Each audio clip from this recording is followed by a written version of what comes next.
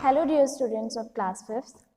सो students, आज हम करने जा रहे हैं हमारे व्याकरण भाग में निबंध। तो सबसे पहला हमारा निबंध है मेरे जीवन की अभिलाषा। अभिलाषा क्या होती है? इच्छा। तो बच्चों, आज हम इस वीडियो में पढ़ेंगे कि निबंध की शुरुआत कैसे की जाती है, उसको आगे कैसे बढ़ाया जाता है और उसके अंत कैसे किया जाता है। तो बच्चों, निबंध लेखन भी एक बहुत महत्वपूर्ण क्रिया होती है जो कि सबको आनी चाहिए। ठीक है, निबंध के द्वारा हमें कितनी जानकारी है, हमारी रुचि किस में है, या फिर हम किस चीज़ के बारे में कितनी जानकारी रखते हैं, उन सब का पता चल जाता है। और हमारे लिखने का ढंग क्या है, क्या हम लिख सकते हैं कभी कुछ, तो उसका भी पता लग जाता है। तो आइए शुरू करते हैं। तो किसी भी निबंध को लिखने से पहले सबसे पहले हम उसकी भूमिका लिखते हैं। भूमिका यानी कि जिस विषय के बारे में हम निबंध लिखने जा रहे हैं उसका थोड़ा सा हम इंट्रोडक्शन दे देते हैं कि ताकि पढ़ने वाले को पता लग जाए कि आगे किस चीज़ के बारे में लिखा हुआ है। तो फिर जो हमारा टॉपिक होता है, जो हमारा विषय होता है, उससे संबंधित हम आगे पॉइंट्स बनाते जाते हैं और अंत में हमेशा किसी भी निबंध को समाप्त करने के लिए हम उपसंहार का प्रयोग करते हैं। तो सबसे पहले आज हमारा टॉपिक है मेरे जीवन की अभिलाषा। अभिलाषा यानी कि इच्छा जो होती है, विश जो होती है। ठीक है, तो सबसे पहले है कि भूमिका। संसार का हर मनुष्य अपने जीवन में सफलता पाना चाहता है। प्रत्येक व्यक्ति शुरू से ही अपने जीवन में कुछ ना कुछ बनने का स्वप्न देखने लगता है। उनमें से अनेक स्वप्न केवल स्वप्न ही बनकर रह जाते हैं तथा कुछ पूरे भी हो जाते हैं। जीवन में अपने लक्ष्य को पाने के लिए दृढ़ निश्चय, मेहनत तथा अदम्य साहस होना बहुत जरूरी है। तो बच्चों, यहाँ पर जो है वही बात हो रही है सफलता की, कि संसार में हर एक मनुष्य अपने जीवन में सफलता पाना चाहता है ना, सक्सेसफुल होना चाहता है। और प्रत्येक व्यक्ति शुरू से ही अपने जीवन में कुछ ना कुछ सपने देखने लगता है। जैसे आप हो, अब आप भी सपने देखते होंगे, या आपके भी दिमाग में कुछ आइडिया होगा कि आप आगे जाके क्या बनना चाहते हो, है ना। क्या हासिल करना चाहते हो, चाहे आगे एग्जाम्स हो, चाहे अगली क्लासेस, नेक्स्ट क्लासेस हो, चाहे बड़े हो के आप क्या बनना चाहते हो, आपका करियर हो। तो हर एक आदमी के या हर एक मनुष्य के अंदर ये स्वप्न होते हैं, सपने होते हैं। तो उनमें से अनेक सपने केवल सपने ही रह जाते हैं और कुछ पूरे भी हो जाते हैं। और जीवन में अपने लक्ष्य को पाने के लिए दृढ़ निश्चय, मेहनत और दम्य साहस होना बहुत जरूरी है। अब यहाँ पर आगे हम बनाएंगे मेरे अभिलाषा पॉइंट नेक्स्ट।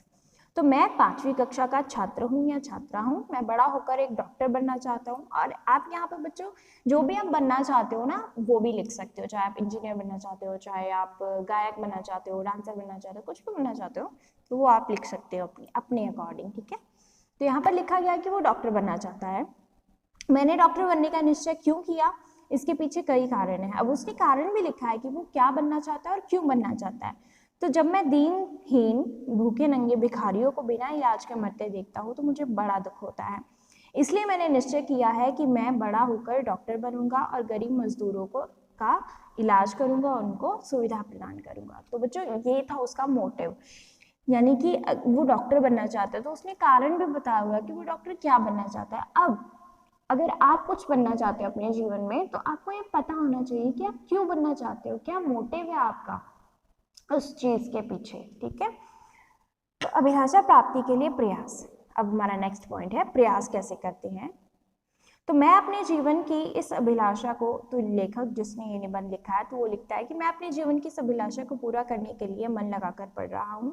समय पर सोता हूँ, समय पर जागता हूँ तथा अपने सभी काम समय पर पूरे करता हूँ। तो डॉक्टर बनने के लिए दी जाने वाली परीक्षा की भी पूरी तैयारी कर रहा हूँ। मैं इसे आसानी से उत्तीर्ण कर लूंगा। तो आपके अंदर बच्चों, अगर आपकी कोई विश है, अभिलाषा है, इच्छा है, तो आपको उसको पूरा करने के लिए आपके अंदर वो उत्साह भी होना चाहिए, कॉन्फिडेंस भी होना चाहिए। ठीक है, कि हाँ, अगर मैंने ये काम करना है तो मैंने ये पूरे मन से करना है, अपना पूरा 100% देना है उस काम में। तो ध्यान रहे बच्चों, अगर आप कुछ काम करने की ठानते हो तो उस काम को अपना पूरा समय दो, पूरा 100% दो। अगर आप सोचते हो कि मैंने ये काम करना है या फिर एग्जाम्स में बहुत अच्छे मार्क्स लाने हैं, तो अच्छे मार्क्स कैसे आएंगे जब तक आप मेहनत नहीं करोगे, जब तक आप अपना पूरा समय पढ़ाई को नहीं दोगे। पूरा नहीं, यानी कि जितना भी आप दे सकते हो उतना नहीं दोगे, थोड़ा दोगे, तो आप अच्छे मार्क्स नहीं लेके आ सकते। तो इसी तरह अगर आप कोई काम करने की ठानते हो तो उस पर अपना पूरा तन मन से लग जाओ, पूरा ध्यान से लग जाओ उस काम को करने में, तो आपको सफलता अवश्य मिलेगी। नेक्स्ट है उपसंहार। अब समाप्ति। तो डॉक्टर रोगी को नया जीवन प्रदान करता है और मैं ईश्वर से यही विनती करता हूँ कि वह मुझे इस लक्ष्य प्राप्ति हेतु शक्ति, साहस, संकल्प एवं दृढ़ता प्रदान करे ताकि मैं डॉक्टर बनकर मानव सेवा कर सकूं। ठीक है बच्चों, तो ये था इसका उपसंहार कि अगर आपने कोई विषय चुना है डॉक्टर बनने का, इंजीनियर बनने का या कुछ भी बनने का, आगे गायक बनने का, तो आपको उसका पूरा पता होना चाहिए कि आप क्यों बनना चाहते हो, किसके लिए बनना चाहते हो, और आप अगर बन गए तो आप फिर बनकर क्या करोगे। ठीक है, आपको पूरा अपना जो भी आपका गोल है, मोटिव है, आपको उसकी पूरी जानकारी आपके पास अभी से होनी चाहिए। तो ये था हमारा निबंध मेरे जीवन की अभिलाषा। अब एक और प्रैक्टिस के लिए निबंध पढ़ लेते हैं जो कि है हमारे राष्ट्रपति महात्मा गांधी। तो इसकी, जैसा कि मैंने पहले बताया कि किसी भी निबंध को लिखने से पहले उसकी भूमिका लिखते हैं, उसका थोड़ा सा इंट्रोडक्शन देते हैं, फिर हम जिस व्यक्ति या वस्तु के बारे में या जिस चीज़ के बारे में लिख रहे हैं उस चीज़ के अकॉर्डिंग हम उसके हेडिंग्स बनाते हैं। जैसे यहाँ पर अभिलाषा था, तो अभिलाषा क्या है आपकी, उसको पूरा करने का क्या प्रयास करेंगे आप, ये पॉइंट्स बनाए थे।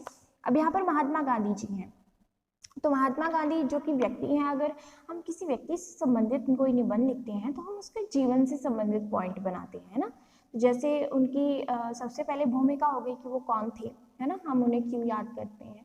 फिर उनका जीवन, जन्म हो गया, जन्म कहाँ हुआ, शिक्षा कहाँ की उन्होंने, व्यवसाय क्या था उनका, फिर उनके जीवन में कैसे कैसे दौर आए, उनसे संबंधित पॉइंट बनाते हैं और अंत में उपसंहार के द्वारा उसको समाप्त कर देंगे। ठीक है, तो इसमें है महात्मा गांधी के बारे में, तो आइए इनके बारे में पढ़ते हैं। भूमिका है इनकी कि राष्ट्रपति महात्मा गांधी का पूरा नाम मोहनदास करमचंद गांधी था।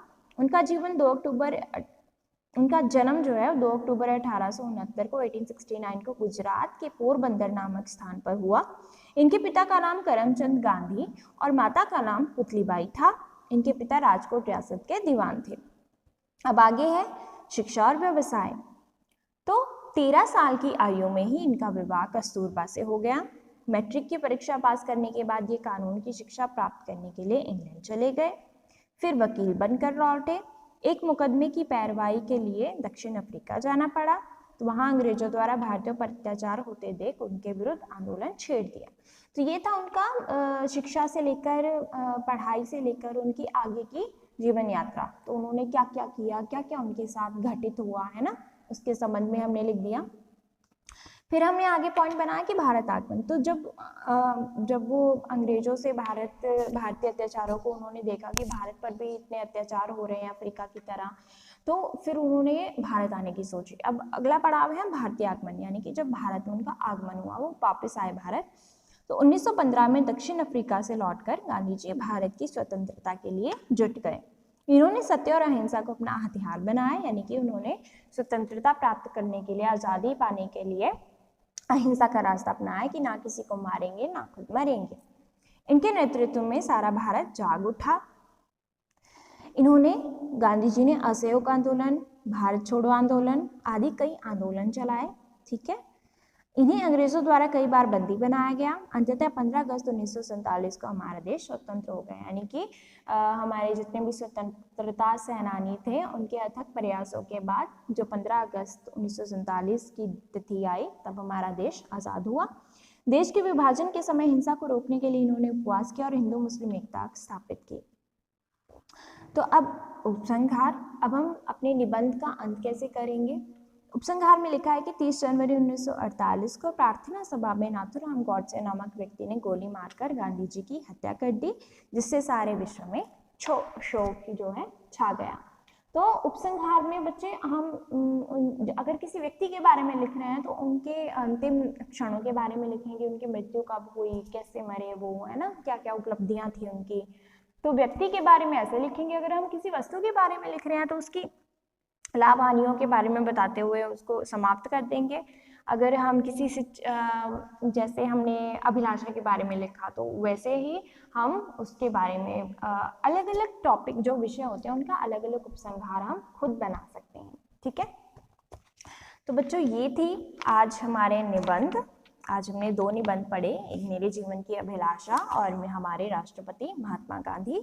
तो आपने इन दोनों निबंधों को अपनी कॉपी में लिखना है, अच्छे से इनको लिखने की प्रैक्टिस करनी है, लर्न करना है और ये देखना है कि हमने निबंध कैसे लिखा है। ठीक है, भूमिका और उपसंहार को बिल्कुल नहीं भूलना, हमेशा हेडिंग में बनाकर ही आपने निबंध को लिखना है आगे। ओके स्टूडेंट्स, ये था हमारा आज का कार्य। इसको अच्छे से करिएगा, अच्छे से पढ़िएगा। Okay students, thank you and have a nice day.